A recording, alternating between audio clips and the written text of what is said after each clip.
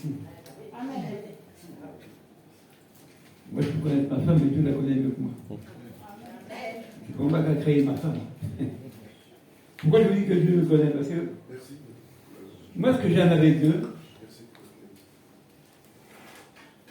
c'est que Dieu ne parle pas en vain. C'est-à-dire que quand Dieu met quelque chose à partager, il va confirmer que c'est ça qu'il veut qu'on entende et qu'on partage.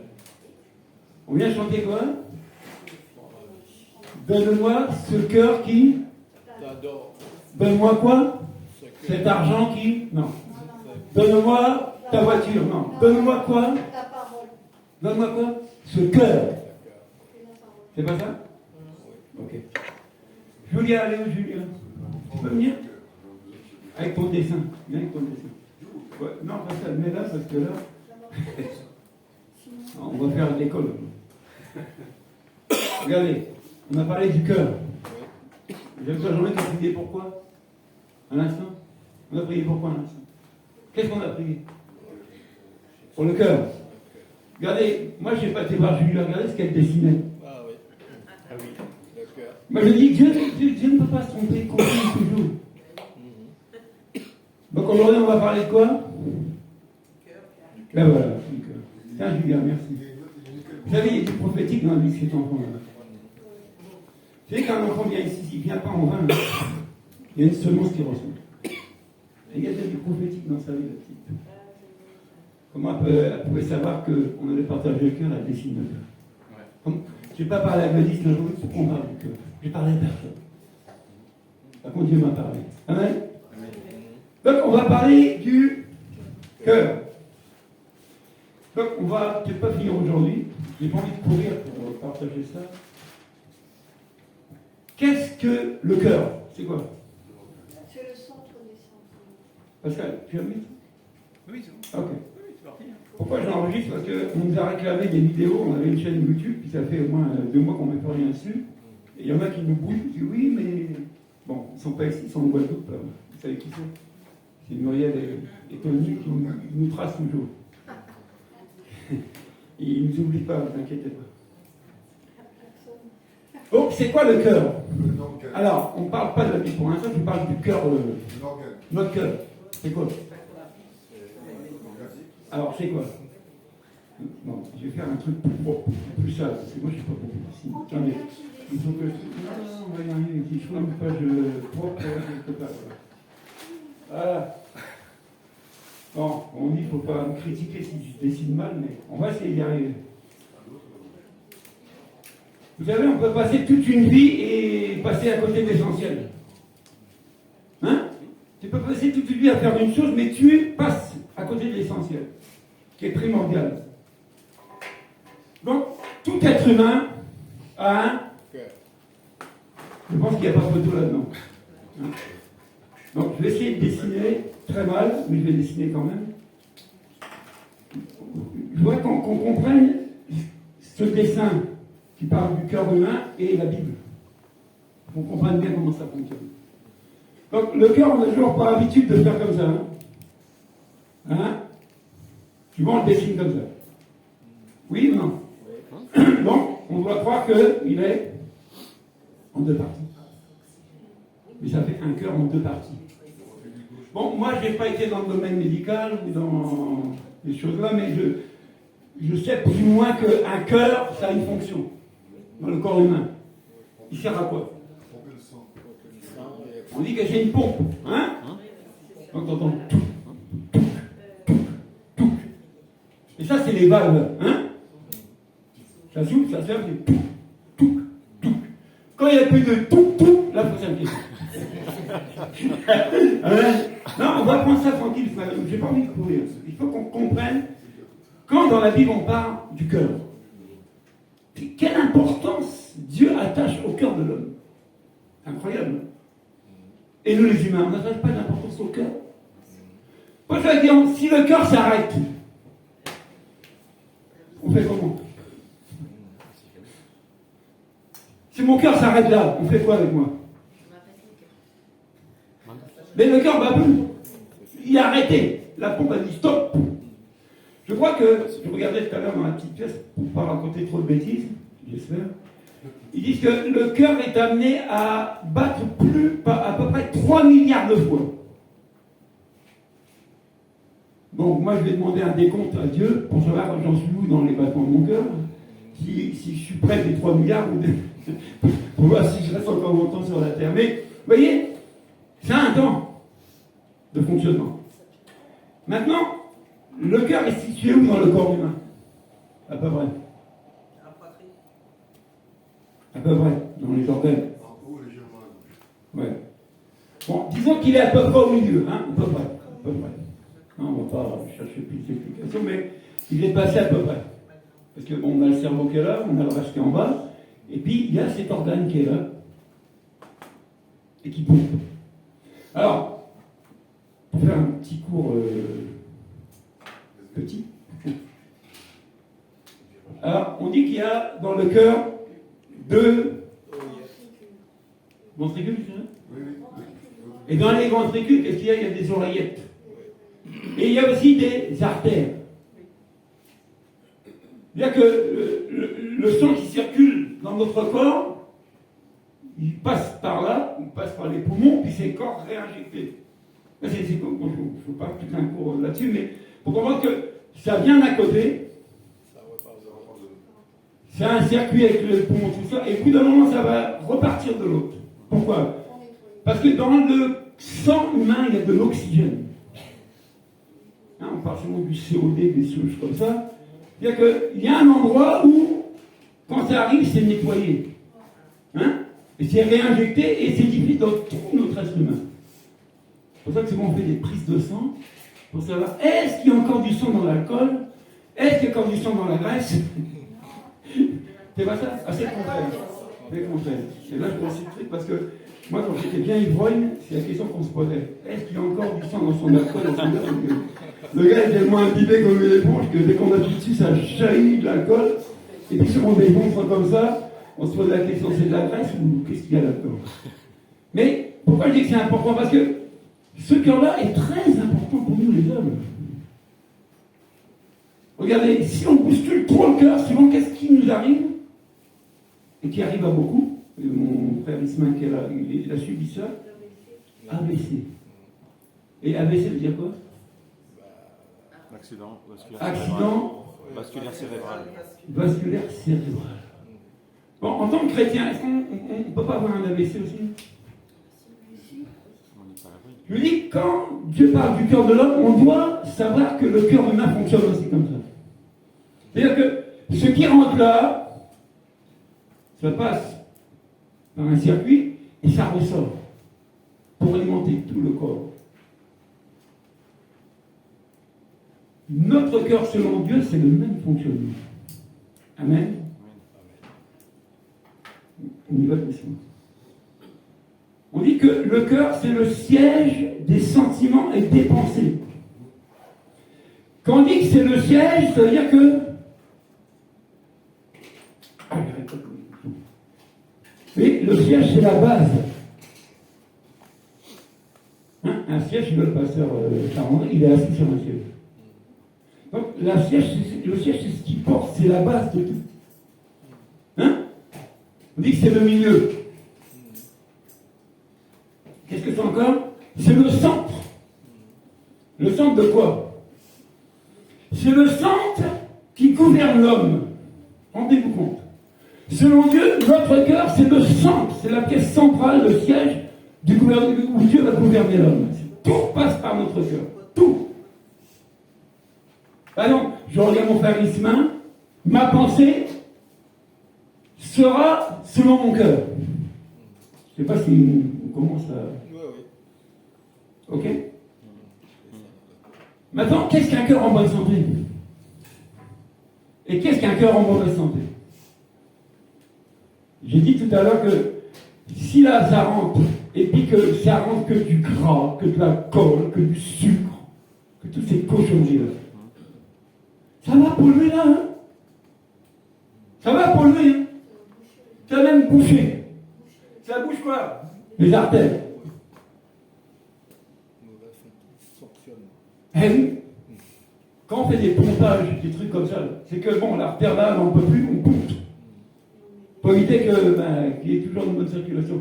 Mais combien de personnes n'ont pas des problèmes cardiaques? C'est lié à quoi ça? À nos vies? Comment on vit? Est-ce que je dors assez? Est-ce que je ne me repose pas? Est-ce que je mange beaucoup? Est-ce que je fais attention à ce que je mange? Est-ce que je fais attention à ce que je bois? Est-ce que je fais attention à... Vous voyez, c'est lié à ça, la bonne santé de mon cœur. Ma vie, est-ce j'ai une bonne hygiène de vie pour que mon cœur fonctionne bien? Ou est-ce que ma vie, je m'en fous, je monte, je descends, j'en ai rien à faire, puis un jour, pouf, ça s'arrête. Je me dis, mais il était jeune, hein? Pourquoi il y a que les vieux qui meurent? Il était jeune? Oui, mais regarde la vie qu'il a. J'étais visité, je crois, dimanche passé, ma belle-sœur, et on gloire à Dieu parce qu'elle va beaucoup mieux, elle va partir en rééducation pour se reconstruire, parce que c'est longtemps lutté avec son cancer, puis maintenant que Dieu il a fait grâce, il faut qu'elle se forme les muscles pour s'occuper le corps. Puis je partageais avec mon frère, et mon frère il a 16 mois d'écart avec moi, et on discutait comme ça. Bon, ce que je veux vous dire, bon, c'est pas un truc à rire, mais bon, mon frère il est communal, mais bon, il va sur la tombe de mes parents chaque dimanche, il entretient le mouvement, bon, enfin bref. Mais si tu savais, quand je fais le tour, tous ceux qu'on a connus, Régis, ils sont là-bas, bientôt. Tu vois, oh. Mais ceux que j'ai connus dans mon âge, on me mettait dire, mais c'était des gars, ça buvait comme pas possible. C'était... Bon, je ne m'étonne pas qu'ils soient déjà là-bas. Parce que vous savez, si ça marche pas bien, oui, moi, ça s'arrête. Ah oui. Notre corps, c'est-à-dire que c'est tellement compliqué notre organisme que je me dis, mais comment Dieu, non, il a fait pour faire l'être humain comme ça? Rendez-vous compte la science de Dieu qu'il a pour créer tout ça, les tissus, les muscles, tout ça. Mais que ce soit mes jambes, mes bras, mes doigts, tout ma façon de parler, ça ne passe que par une chose. Ça. Parce que tout mon corps est alimenté avec du sang. Et si ce sang est mauvais, mon corps va dysfonctionner. Le diabète, c'est lié à quoi? Le sucre où? Le diabète, c'est quoi? C'est dans le sang. Le sucre qui est où dans le sang. Dans le sang. Le cholestérol, c'est quoi? Toujours dans le sang. Et ça amène un dysfonctionnement du cœur. Et quand le cœur est malade, qu'est-ce qu'on fait? Ben, on va voir le médecin. Et qu'est-ce que le médecin fait? Mais qu'est-ce que le médecin fait? Il te regarde, il dit bonjour, donnez-moi 50 €. Voilà l'ordonnance, vous viendrez dans 15 jours, voir si ça va mieux. C'est pas bon Si docteur. tu ne reviens pas, c'est que ça n'allait pas mieux. Mais prenons les choses terre à terre un peu. On est capable, nous, qu'on a un problème cardiaque, d'aller voir le médecin. On se dit, bon, le gars, il est là pour soigner. Peut-être que mes palpitations, il va me régulariser ça, il va me donner un cachet, je ne sais quelle potion, et puis ça va aller mieux. Ça, c'est ce que les hommes font pour guérir ça quand ça dysfonctionne. Ok? Même, on va plus loin, maintenant on fait des transplantations. Moi, je ne suis pas là. Mais pour dire que nous aussi, en tant qu'enfants de Dieu, quand Dieu parle du cœur de l'homme, et bien quand le cœur n'est pas bien, il faut aussi aller voir le médecin. Et le médecin te donne une ordonnance qui se trouve ici, dans ce livre qu'on appelle la Bible, c'est la parole de Dieu. C'est le meilleur médicament pour ton cœur. Amen? Amen. Bon, maintenant je vais revenir. Le cœur de l'homme, selon Dieu, c'est le siège des sentiments et des pensées. Le siège, la base, le socle. Tout part de là. Que ce soit du bon ou du mauvais, c'est là. Maintenant, qu'est-ce que Dieu fait pour nous? Du bon ou du mauvais? Ah. Moi, j'aime toujours... Vous savez, des fois, on dit des choses parce qu'on a entendu, on les répète. C'est comme ce qu'on dit souvent, quand tu parles à quelqu'un, Dieu regarde au cœur, hein? Dieu est amour. Bon, ça sort de où Dieu regarde au cœur? De quel passage de la Bible? Ça sort de où? C'est affaire du chapeau? Il est dit que Dieu sonde les cœurs. Ah, mais on va y arriver, je suis content. Dieu sonde le cœur et les reins. Bon. Ça, on le dit souvent. Mais est-ce que concrètement on sait ce qu'on dit quand on sent des choses comme ça?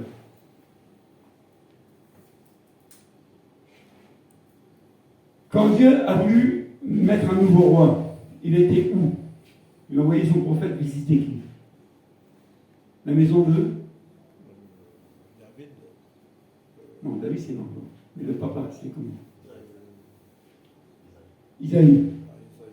Et qu'est-ce qu'il a fait, le papa? Il a passé ses enfants en revue devant le prophète.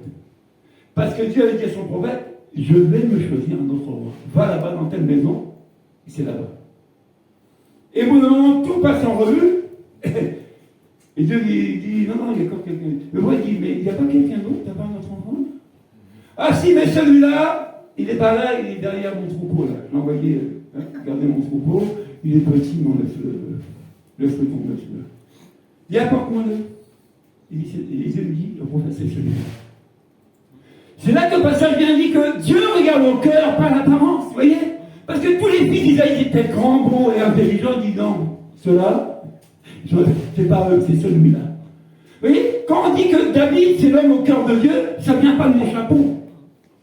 Ça vient de Dieu. Dieu avait déjà vu le cœur de cet enfant-là, il dit c'est lui qui sera roi. C'est lui.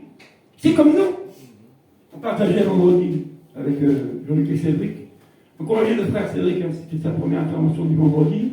Il a apporté une bonne parole et je crois qu'il va continuer. Amen. Amen. Mais pour dire quoi que, des fois on dit, mais pourquoi moi et pas lui? Ne te pose pas la question. Le pourquoi c'est le choix de Dieu. C'est tout, ça s'arrête là. Pourquoi moi et pas lui? Si je regarde ma propre vie, dans l'état où j'étais, qu'est-ce que Dieu vient me citer pour faire quoi? Qui prenne mon frère, oui, je comprends.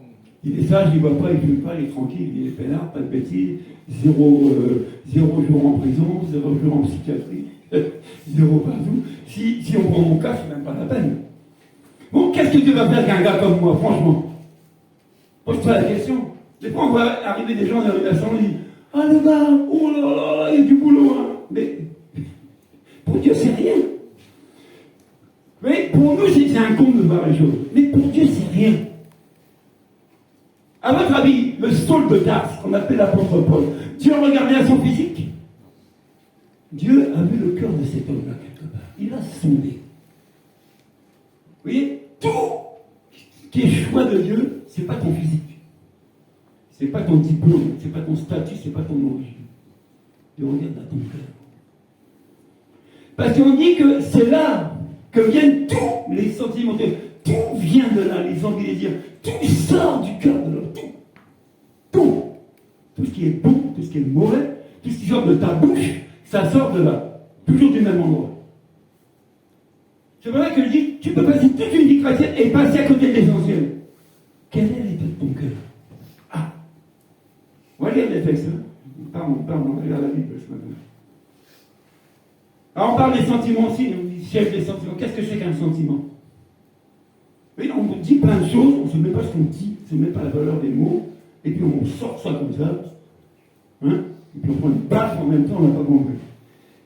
Sentiment, c'est quoi? C'est l'opinion qu'on se fait sur quelque chose ou quelqu'un. C'est l'état affectif et durable lié aux émotions. C'est ça les sentiments. Que j'ai tantôt, mon frère Ismaël. Comment je considère mon frère Ismaël dans mes sentiments? Quel sentiment doit manifester mon frère Ismaël quand je le vois? Vous voyez? Les sentiments. Et les pensées. S'il y a des sentiments et des pensées. Quand je regarde Pascal, qu'est-ce que je pense de lui? Quand je regarde François, qu'est-ce que je pense de François? J'ai la bouche fermée, qu'est-ce que je peux penser sur François et sur Jean? À votre avis? Je pense du bien ou du mal? Du bien. Qui peut le savoir? Pourquoi Dieu? C'est lui qui sonde les cœurs. Pourquoi Dieu? Parce que c'est lui qui nous connaît, amen. Oui, c'est toute chose. Vous savez, on ne peut pas se cacher devant Dieu. Même ta bouche fermée, il sait ce que tu penses sur un tel. Il le sait. Il sait tout. Bon, pourquoi on se cache? Oui, mais c'est vrai, j'ai pas dit. Menteur. Tu as dit. Il ne fallait pas dire que tu as dit. Même une mauvaise pensée. Regardez, on dit que, avant, dans le Lévitique, on dit que si tu commettais l'adultère, tu étais puni de mort. Ah oui. Maintenant, il dit que si tu regardes une femme et que tu la désires dans ton cœur, tu as déjà commis l'adultère. Si tu la désires où? Pas dans ta chair, dans ton cœur. Dans tes pensées, tu as déjà couché avec la femme peut-être. Oui, Jésus met la barre haute, non? Et nous, on néglige cet organe primordial, le cœur. On néglige ça, on ne le travaille même pas. Parce qu'à force que ton cœur s'engraisse, se colmate avec du sucre, mais un jour ton cœur il s'arrêtera. Est-ce que c'est ce que Dieu veut pour l'état de ce cœur-là? Oui ou non? On a chanté ce chant. Donne-moi ce cœur qui t'adore. Mais tu adores Dieu avec quelle pensée? Quels sentiments sont en toi pour adorer Jésus? On dit donc, c'est de l'abondance du... Oui, et qu'on dit que c'est de la tête. Quelqu'un dit, oui, mais c'est ton cerveau. Non, non, non, non, non, il faut comprendre la Bible. C'est de l'abondance du cœur que la bouche parle. C'est-à-dire que si dans mon cœur, j'ai beaucoup de sentiments et de pensées pour mon frère qui est là, ma bouche va parler bien de lui, ma bouche proclamera des bonnes choses sur lui.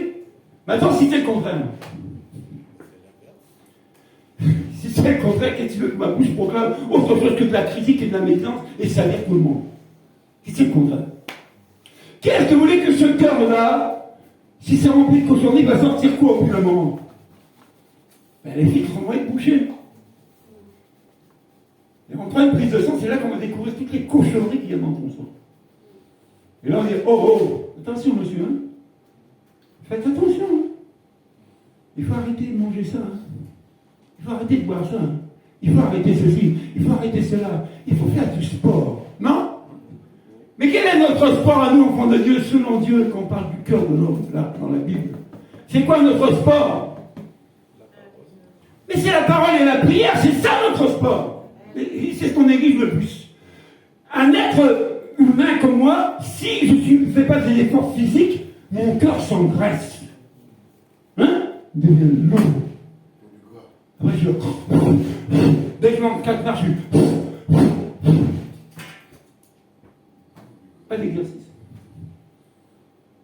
Il y a des années en arrière, quand j'ai rencontré le Seigneur, je faisais plus de 120 kilos.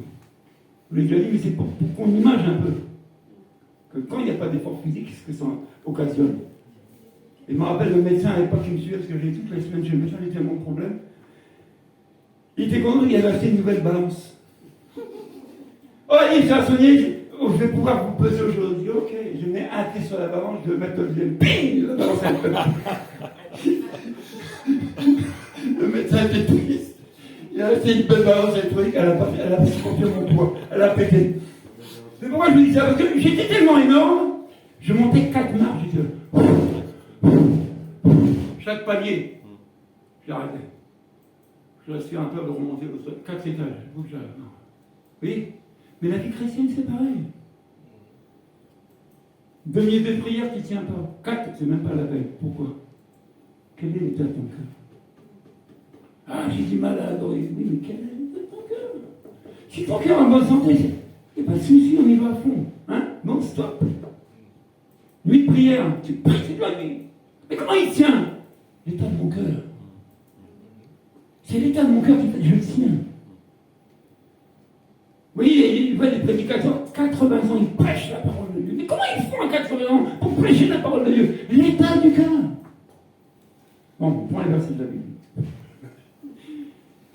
Amen. Bon, j'ai dit qu'il faut pas que je finisse aujourd'hui. Ça va être compliqué. Matthieu 5, verset 8. Regardez l'importance du cœur de l'homme. Il faut qu'on comprenne ça pour qu'on le travaille. Et si c'est dur, demande de l'aide. Reste pas dans ton coin à patiner ou à souffrir. La Bible dit quoi? Priez les uns pour les autres. Tu pries pour toi, c'est bien, mais prie aussi pour les autres.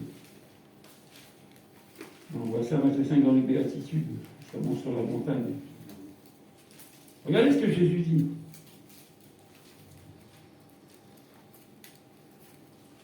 Verset 8. Heureux ceux qui ont le cœur pur, car ils verront. Vous répétez? Heureux ceux qui ont le cœur Pur. pur. Pourquoi? Ils verront Dieu. Dieu. Si on prend le contraire, malheureux ceux qui n'ont pas le cœur pur. Pourquoi? Ils verront pas Dieu. Ben parce qu'ils verront pas Dieu. Oh, alors là ça se corse. J'en reviens à cette image de notre cœur, de physique. Comment on appelle ça? Si mon cœur est heureux, c'est-à-dire que si mon cœur se porte bien, je verrai des jours heureux. Je vivrai des jours heureux. Si mon cœur fonctionne mal, il n'est pas en bonne santé, je vivrai des jours malheureux. Alors qu'est-ce qu'il faut faire? Est-ce qu'on fait l'effort d'avoir un cœur pur pour voir Dieu? Est-ce que je fais l'effort d'avoir une bonne hygiène de vie pour que mon cœur fonctionne longtemps? Pour sauver beaucoup de choses. Quel choix je fais? Quel choix? On va passer au régime d'ailleurs. Il y a un régime pour que le cœur fonctionne bien. Non, pas de bananes. Les bananes, quand on mange trop, ça fait des problèmes. J'ai eu des problèmes d'intestin à cause des bananes. Je mangeais combien de kilos à l'époque? Des caisses entières de bananes. J'habitais au plateau de Creil, il y avait les marchands arabes là, qui vendaient beaucoup de fruits et légumes, mais pas cher. J'arrêtais pas de manger des bananes l'une derrière l'autre. Mais la banane, ça crée quelque chose dans les intestins. J'ai eu des problèmes. Non, je vous dis, j'ai goûté à beaucoup de choses. Je peux vous dire que ça, il faut aller doucement avec les bananes. Hein? Voilà. Donc, heureux ceux qui auront le cœur pur, ils verront Dieu. Est-ce que dans la Bible, il y a quelqu'un qui a vu Dieu? Qui a pu voir Dieu? Qui? Dans le Nouveau Testament. Il a vu. Étienne. On va lire ça. Non, il faut lire. Qui était Étienne? Qui était Étienne? Est-ce qu'Étienne aimait Dieu? Est-ce qu'Étienne adorait Dieu? Est-ce qu'Étienne avait le cœur pur, à votre avis? Parce que pour tenir un discours que Étienne a pris devant les gens, mon ami, vous aimez Dieu. Et Dieu doit être avec toi. Acte, hein. Je crois que c'est l'acte des apôtres. Oui, c'est vrai. Voilà, on va lire ça tranquille. J'ai marqué ça quelque part. Hein. Acte 7. Bon, c'est mieux. Acte ici, merci. Acte. On y va doucement, mais. Sûrement. On y va sûrement, mais. Pas toujours. 55. J'ai mon petit sèche là à côté. Verset 55. Mais Étienne, rempli du Saint-Esprit, fixa les regards vers le ciel et vit la gloire de Dieu. Et Jésus, debout à la droite de Dieu. Rendez-vous compte. Et il dit, je vois le ciel ouvert et le Fils de l'homme debout à la droite de Dieu. Étienne a vu. Qui? Jésus. Étienne. Que la vie d'Étienne soit de référence pour nous. Regardez, Étienne rempli du Saint-Esprit. Pas d'esprit mauvais, pas d'esprit méchant, pas de mauvaises choses.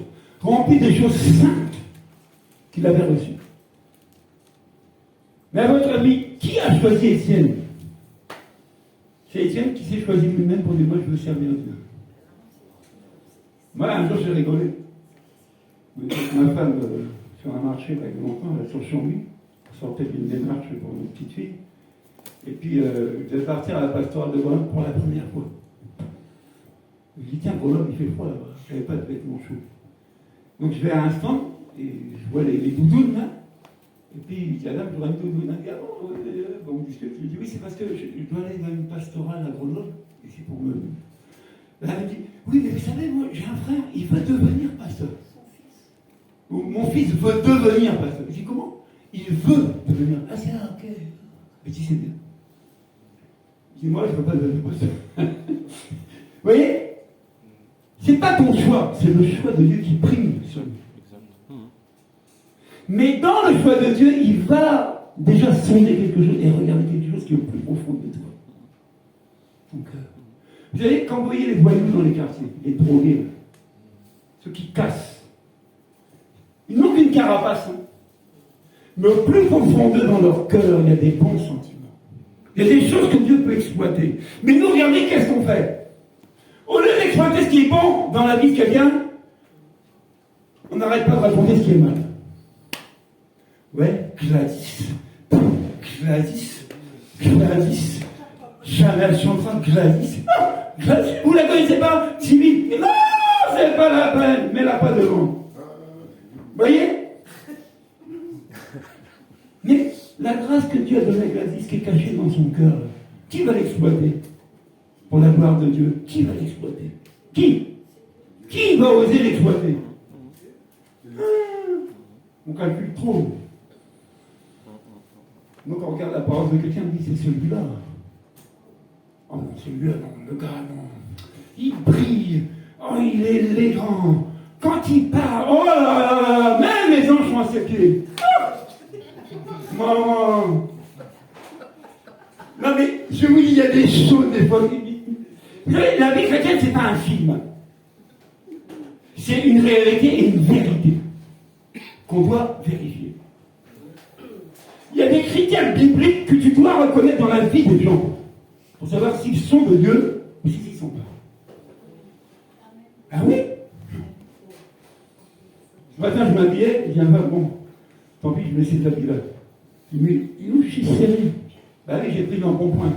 Donc les vêtements, ils ne s'extendent pas trop. Et je dis à ma femme, si elle est riche, j'ai une réflexion, je dirais gentiment, mais vous pouvez m'acheter un costume. Hein. Moi, il n'y a pas de problème. Hein. Le haut de ma taille, il va m'acheter le costume. Mais je mets ce que j'ai pour être correct. Hein? Je n'ai pas d'étoile sur ma tête, je n'ai pas d'épaulettes pour prêcher, mais je prêche la parole de Dieu, c'est ça que j'ai reçu. Amen. Je ne prêche pas la parole de quelqu'un d'autre, je prêche la parole de Dieu. Mais une parole qui est révélée. Parce qu'on doit comprendre que l'intelligence humaine n'a rien à voir. Il y a un pasteur qui disait que quand tu rentres dans la maison de Dieu, dis à ton intelligence, reste dehors. Ici, on n'a pas besoin de toi. On a besoin du Saint-Esprit. Amen. Amen. Donc tu dois parler à ton corps aussi, hein. Dis-toi, diplôme, intelligence, laisse-moi tranquille. Vous savez, on dit souvent, trop de connaissances tue la connaissance. Bon, on revient à la Bible. On y va. Matthieu 15, on va lire un petit passage qu'on dit souvent.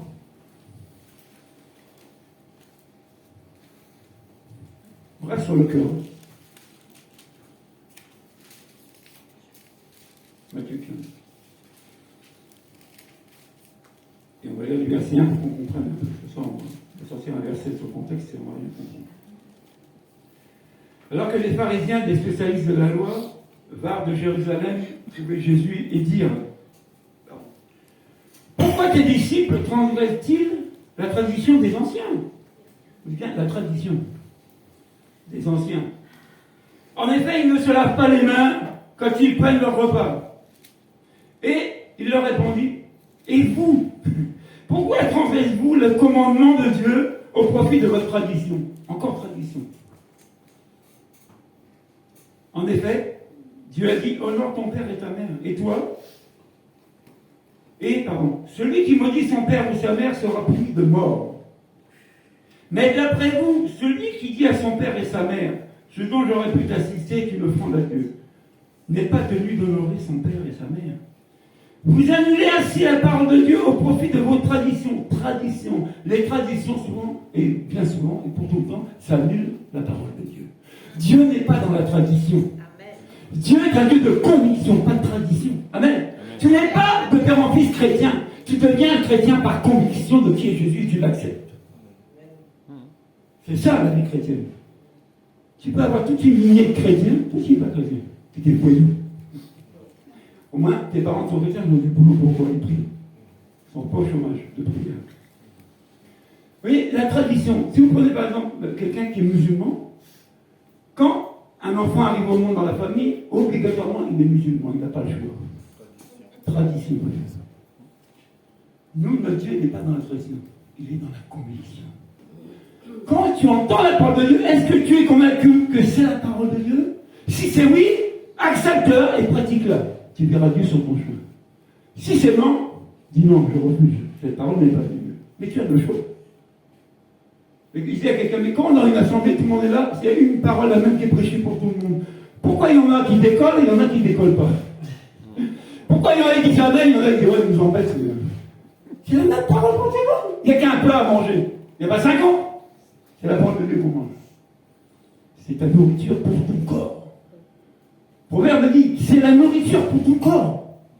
Il n'a pas dit que c'est le footing ou le football. La parole de Dieu, c'est la nourriture pour ton âme, ton corps. Qui a faim ce matin? Qui a faim?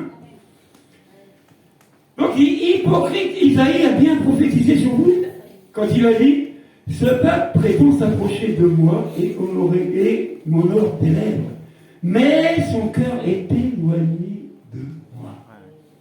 C'est faussement qu'il m'honore en donnant des enseignements qui sont des commandements humains.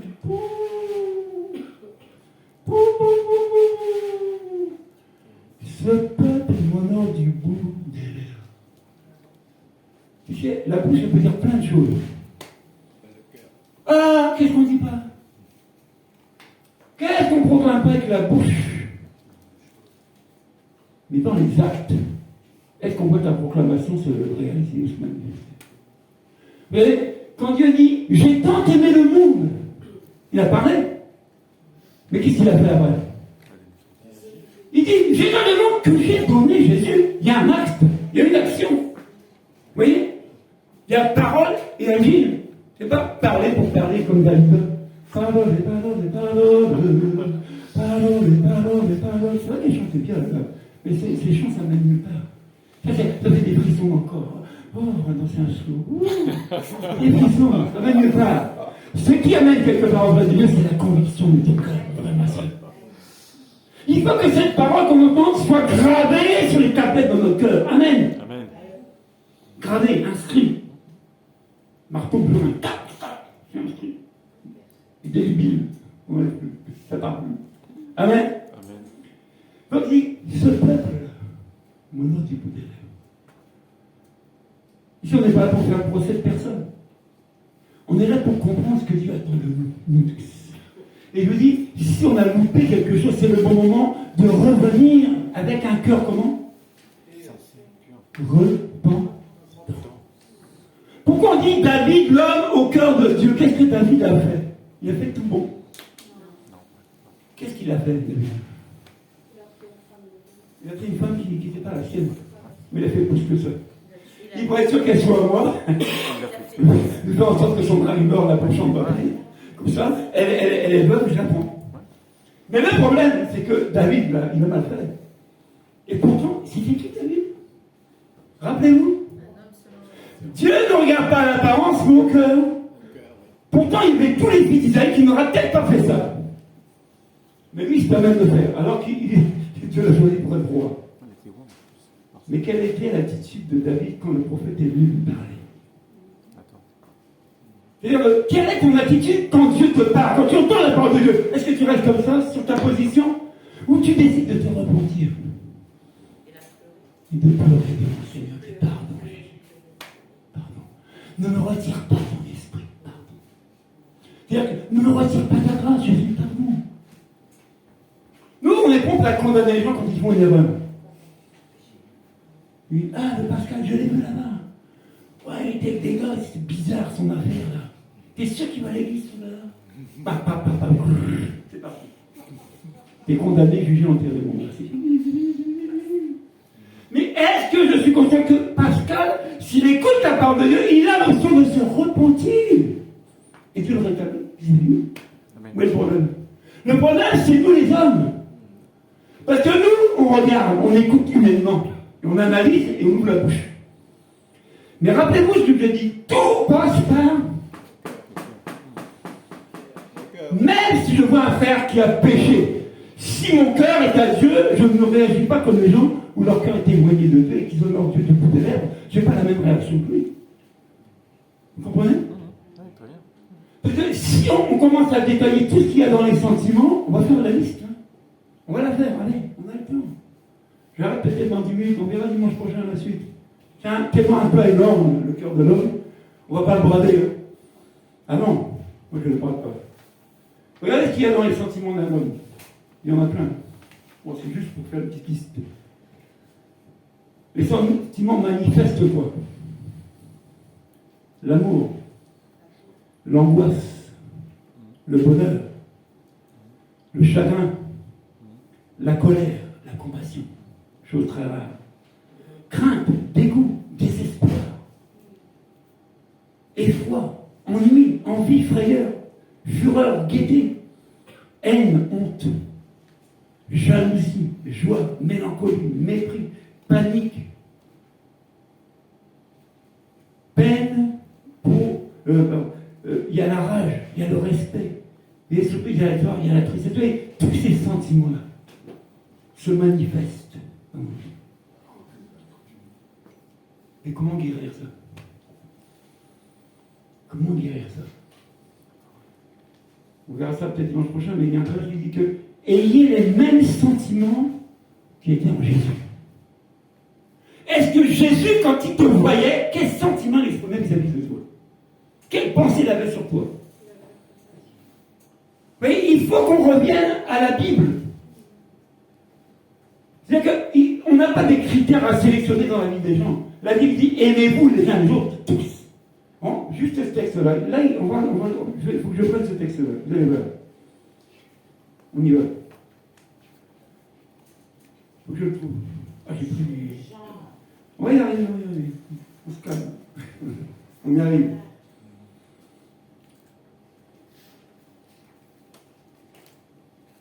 On y arrive, on y arrive. J'ai mal trouvé ce texte-là. Ah, ben voilà. J'ai tourné la page. Oh. Pasteur, t'as pas tourné ma page quand même. T'as tourné ma page. Amen.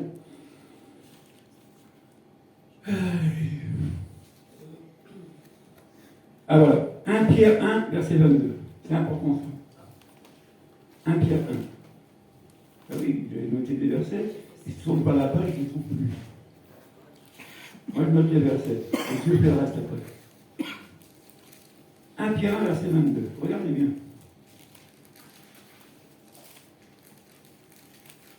Vous avez purifié votre âme en obéissant par l'esprit à la vérité pour avoir un amour fraternel, comment?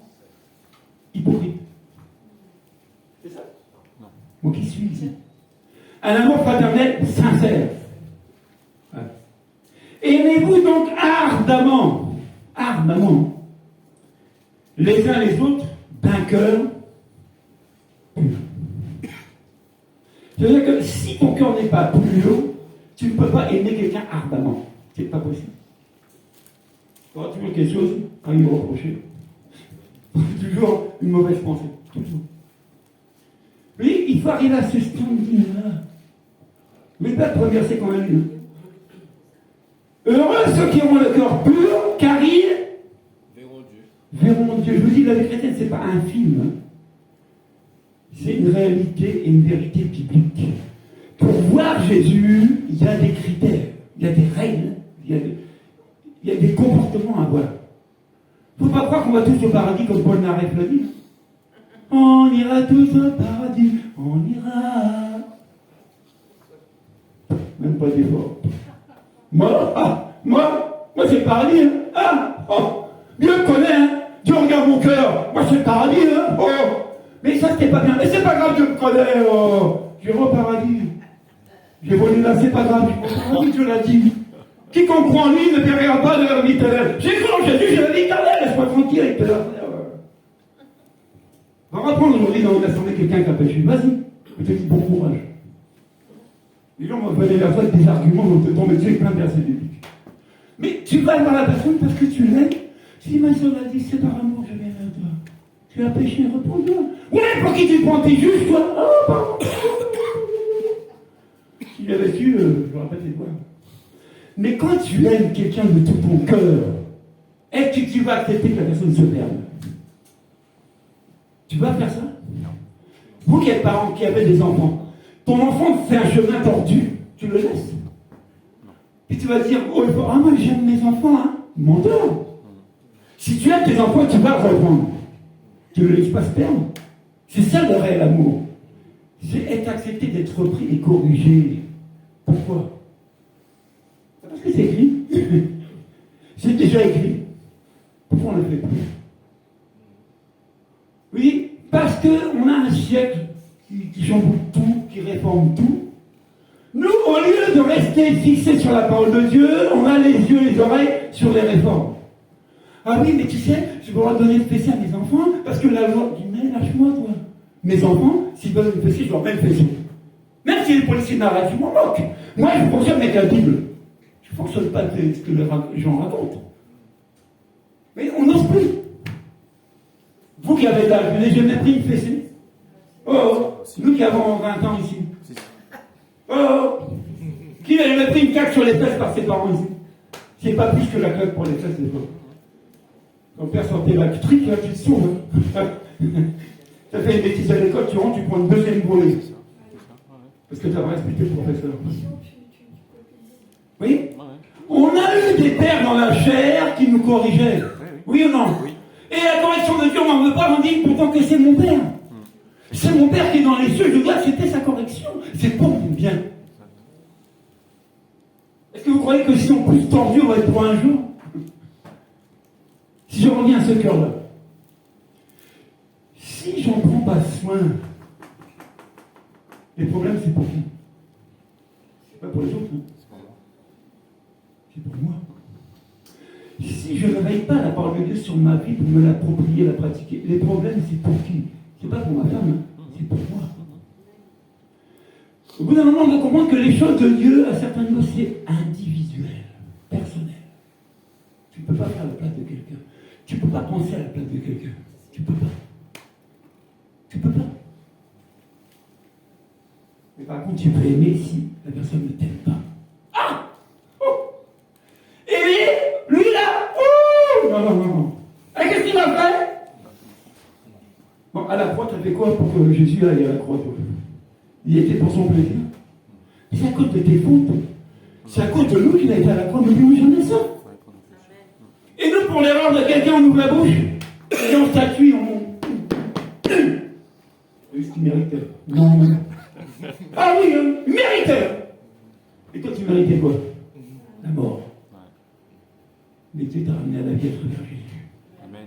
Et ça, on a vite oublié le sacrifice de Jésus à quoi il a servi. Je vous dis, on se remplit de prophéties dans la Bible, on se remplit de vidéos, on se remplit je ne sais quelle image, qu'on se fabrique des films de Dieu. Et notre cœur est mauvais, pourri. Et on va mourir avec ça. Moi, je vous dis, prenons du temps à nettoyer nos cœurs. C'est jamais trop tard.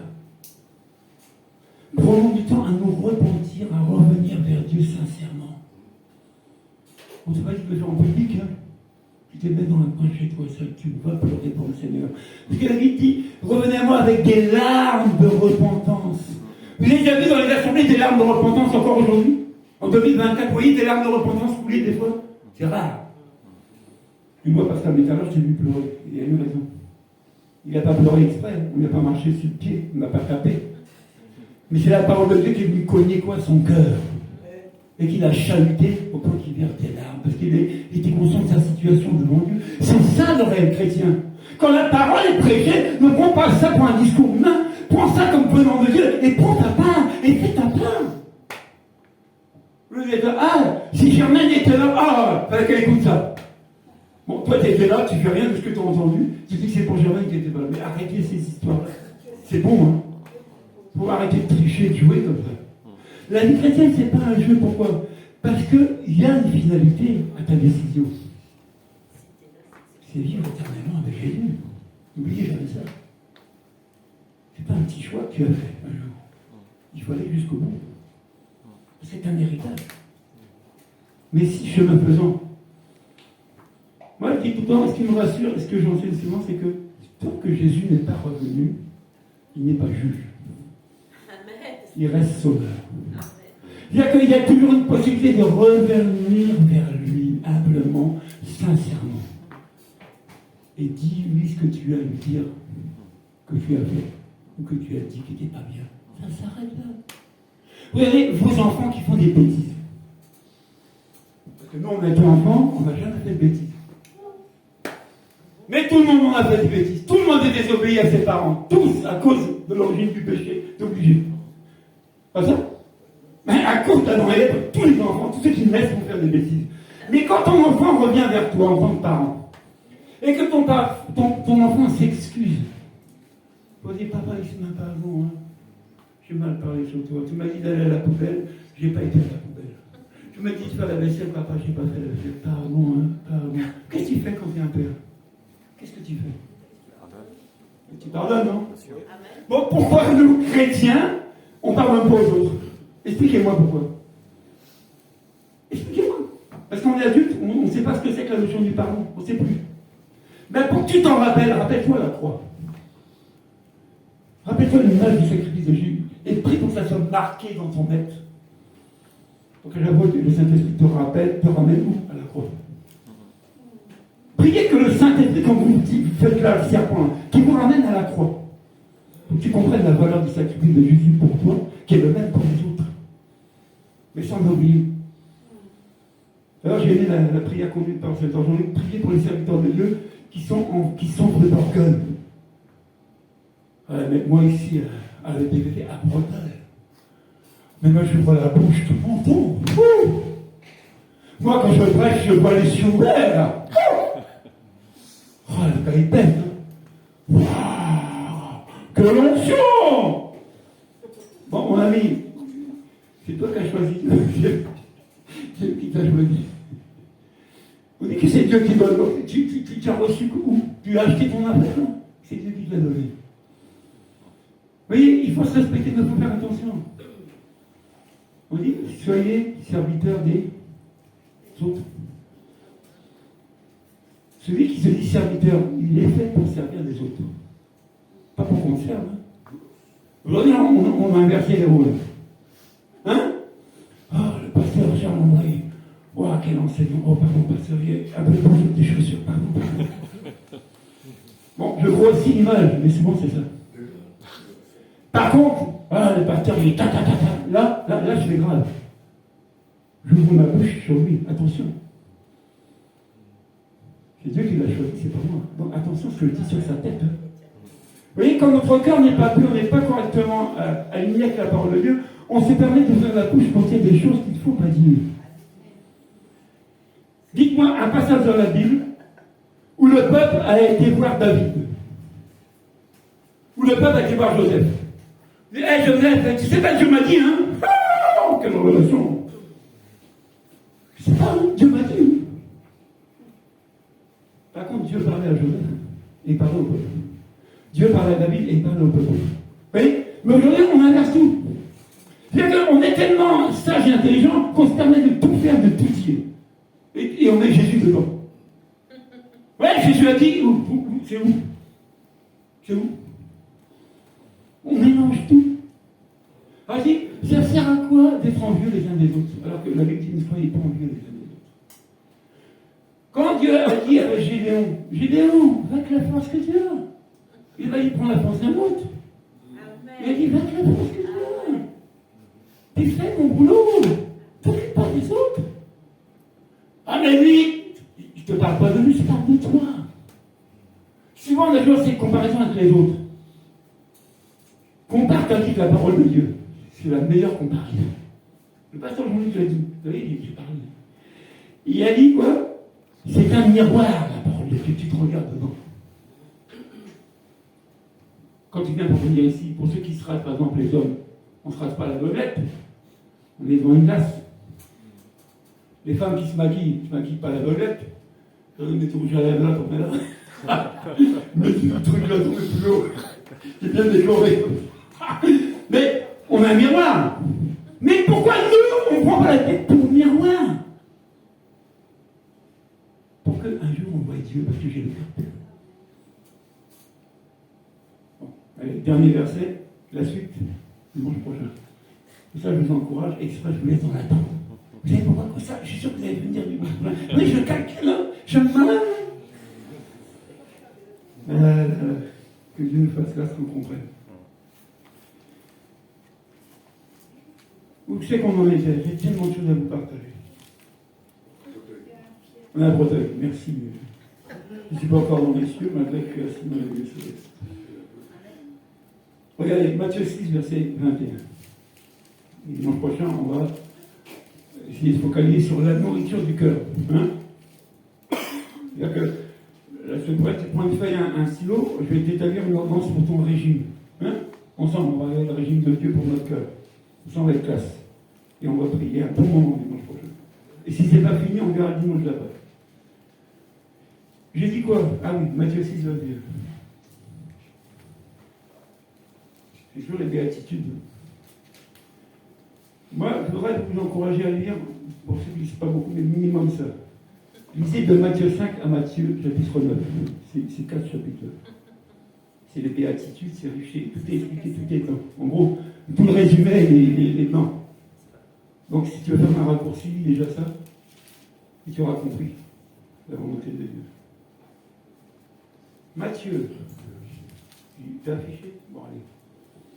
Mais il faut le lire au début. Non, mais non, on va y aller. Il faut qu'on comprenne le sens des mots. Hein. Matthieu 6.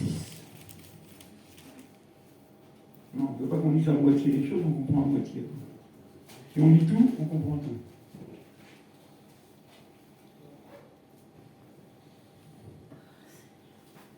Ah voilà.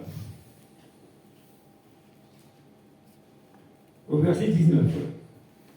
Ne vous amassez pas des trésors sur la terre, où les mythes et la rouille détruisent et où les voleurs percent les murs pour voler.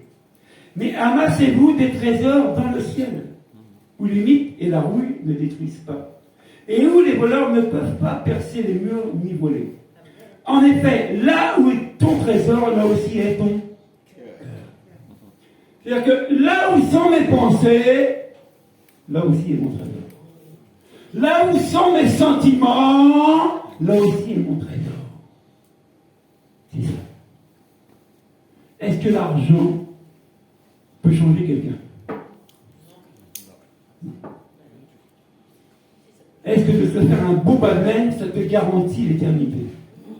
Non. Est-ce que ta belle baraque, là où tu vas souffrir, transpirer pour l'avoir, alors que tu n'as pas d'héritage, que quand tu vas fermer les yeux, c'est pas pour toi? Ça te garantit quoi? Mais il dit, là où est ton cœur, c'est-à-dire que là où mes pensées sont fixées, et mes sentiments sont pour Jésus. C'est ça mon trésor.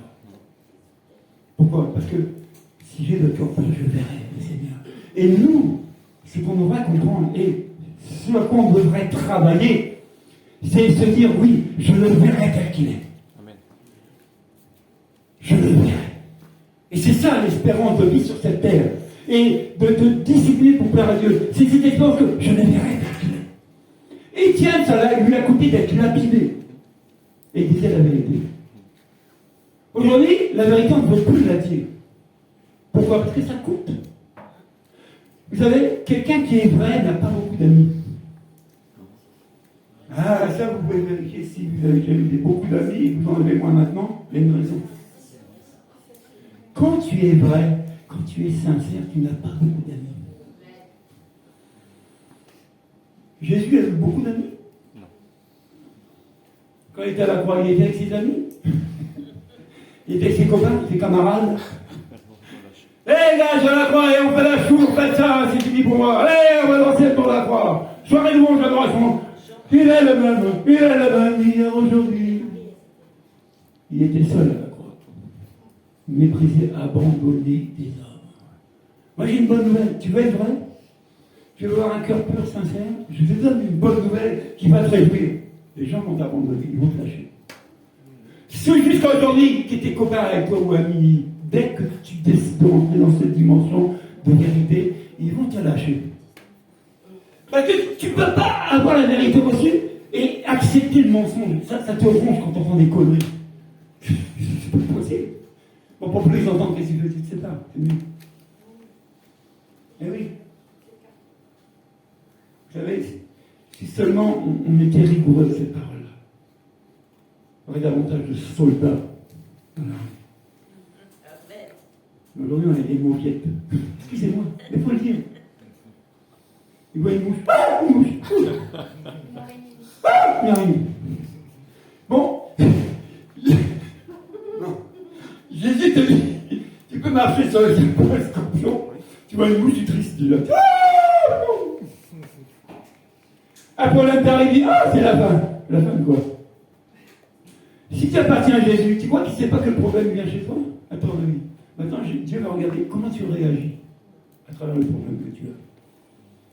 Qu'est-ce qu'on a prêché dimanche passé pour ceux qui étaient là? Jean-Luc a parlé de quoi? De qui? De Job. Job. C'est Job qui a cherché les problèmes au diable? C'est Job qui a dit, oh, c'est trop calme, mon Dieu, donne-moi un peu de problème. Prions qu'on ait des problèmes. Certainement, ça va nous rapprocher de Dieu. Ah oui. Parce que c'est dans l'épreuve que tu vois Dieu. Dans l'épreuve. Tant que tu ne rentres pas dans les épreuves, tu ne vois pas Dieu. Dans toute sa dimension. Le sort Gladys est là, et je souhaite qu'un jour elle témoigne de la grâce que Dieu lui a accordée. Épreuve. Elle est là, elle ne lâche pas. Mais elle voit qui? Dieu. À l'œuvre. Et que ma femme, on prépare un témoignage pour vous faire comprendre que ce n'est pas les années qui comptent, c'est ce que Dieu a prévu. C'est ça qui compte. Si on prend l'histoire d'Abraham, il a attendu combien d'années Abraham après le fils de la promesse? Combien d'années? 24, 25 ans. Est-ce qu'il ne l'a pas vu? Il a vu son fils, l'héritier, 25 ans. Quand Dieu te parle aujourd'hui, tu vas être patient, loyal et fidèle à Dieu pendant 25 ans pour attendre la prophétie se réaliser sur toi. Non mais sincèrement, pourquoi on n'est plus à ce niveau-là? Parce qu'on n'y croit plus. Amen. Parce que, c'est long, moi je fais des raccourcis. Donc avec Dieu, tu as le choix. Tu prends l'escalier ou l'ascenseur, qu'est-ce que tu choisis? Ah oui. L'escalier ou l'ascenseur, tu choisis quoi? Mais pour nettoyer un cœur qui est sale, ça met du temps. Je crois que c'est le papa Gina qui avait visité la première fois à l'hôpital à Amiens. Il était dans le coma branché de tous les côtés, cet homme-là. Il a pareil de tous les côtés. Vous savez ce qu'on a fait? J'ai pris la Bible. Et à son oreille, j'ai proclamé une parole. Est-ce qu'on ne dit pas que la parole de Dieu est vie et esprit? On le dit? Mais comment faire pour le vérifier? Mais il faut le proclamer. On n'a pas regardé aux circonstances, on n'a pas regardé à l'état de cet homme-là. On a dit non, cet homme croit en toi. On libère la parole. Quelques temps après, il sortait. Et c'est fini. Mais expérimentons la parole de Dieu. Jésus dit quoi? Ne vous bornez pas à écouter ma parole, mais mettez-la en pratique. Mais avec sagesse. Parce que quand tu te lèves, tu brandis la parole de Dieu. Fais attention à ton ennemi. Il faut savoir qui est ton ennemi aussi. Il ne faut pas jouer non plus avec ça. Mais quand on parle d'une armure, c'est pas pour attaquer l'armure souvent, c'est pour se protéger. L'armure que les chevaliers avaient pour aller au combat, c'était pour se protéger des coups d'épée ou des autres choses. On pense que c'est pour attaquer tout le temps. Non, c'est pour te protéger. Tu te protèges contre les traits enflammés du malin. Tu te protèges. Vous comprenez ça? Tu te protèges. Mais oui. Regardez David. Vous lui donnez une armure et il va marcher avec. C'est bien. Il dit, arrachez-moi ça, je vais affronter Goliath, quoi. Mais il était convaincu que Dieu était avec lui. Si Dieu est avec moi, Il se pas contre moi. et si Dieu est contre moi, ben dites-moi. Là, c'est chaud, je pars en cours. Ah, il est tout de mes ennemis me suivent, ils pourchassent. Ouais, on va s'arrêter là. Ensuite, dimanche prochain pour ceux qui ont faim. Tu voulais dire quelque chose, mon frère et soeur? Tu voulais me dire quelque chose? Non. Ah, ok. Et on va se on va prier. C'est que le début du plat. Mais c'est tellement important quand on parle du cœur de l'homme. Vous savez, on a tellement pour des histoires, se fait des films de je sais pas quoi, s'auto-proclamer je ne sais quoi. Restons comme des enfants auprès de notre Père, simplement. Un enfant obéit, un enfant ne cherche pas. Il obéit à son Père. Seigneur, nous voulons te bénir ce matin. Et on nous dit souvent que c'est de la manière du cœur que la bouche parle. Maintenant, je prie que chacun d'entre nous puisse aller devant ta parole comme un miroir et voir l'état de son cœur.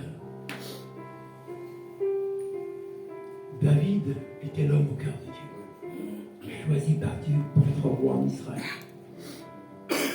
C'est pas lui qui t'a choisi, c'est pas ses parents, c'est pas ses frères, c'est toi qui l'avais choisi. David a fauté. Mais David a fait une chose qu'on devrait faire nous aussi. C'est reconnaître l'état de nos cœurs. Revenir avec un esprit de repentance et pleurer devant toi. Pour dire oui, j'ai péché devant Dieu, devant les hommes. J'ai péché. Ne me retire pas ton esprit.